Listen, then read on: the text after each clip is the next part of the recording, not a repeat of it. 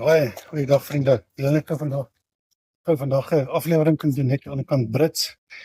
Dis 'n groot rotasiesif die een sal koring doen en hy kan so 40 tot 60 ton doen.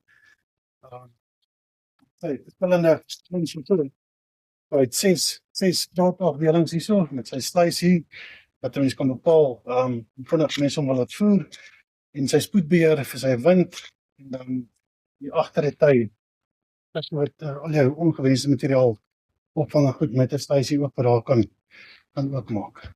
En dan wil ek maar baie sê ek het baie lekker koring, sojabone, suikerbone, mielies, sonneblom ensovoorts. So ja, as jy enige vrae het of so, gee my 'n likeie en dan help ek julle.